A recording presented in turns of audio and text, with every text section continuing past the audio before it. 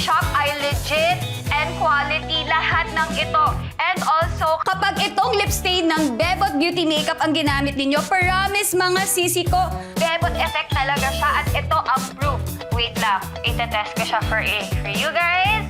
Beautiful! Head turner! O, diba? Lahat ng mga lalaki magkakadarapa sa inyo, mga sisi ko!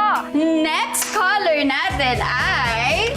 Wine! Si Wine! Eto, I love Wine so much. Nakakaputi siya ng skin, nakaka-glow pag sinuot. Mukha ka namang vampira, ha? Yes! Loverboy 143, mukha talaga akong vampira.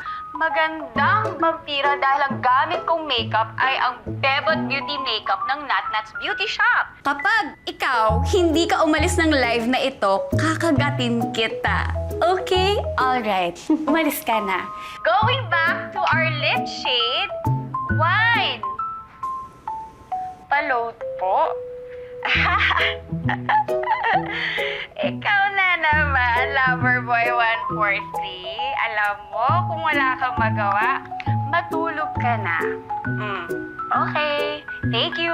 Don't come again. Next! Eto nga, si Wine. Napakaganda ni Wine. So, SS pamay na mga sisi ko. Nagbebenta ka ba ng kawali? Sino pa to?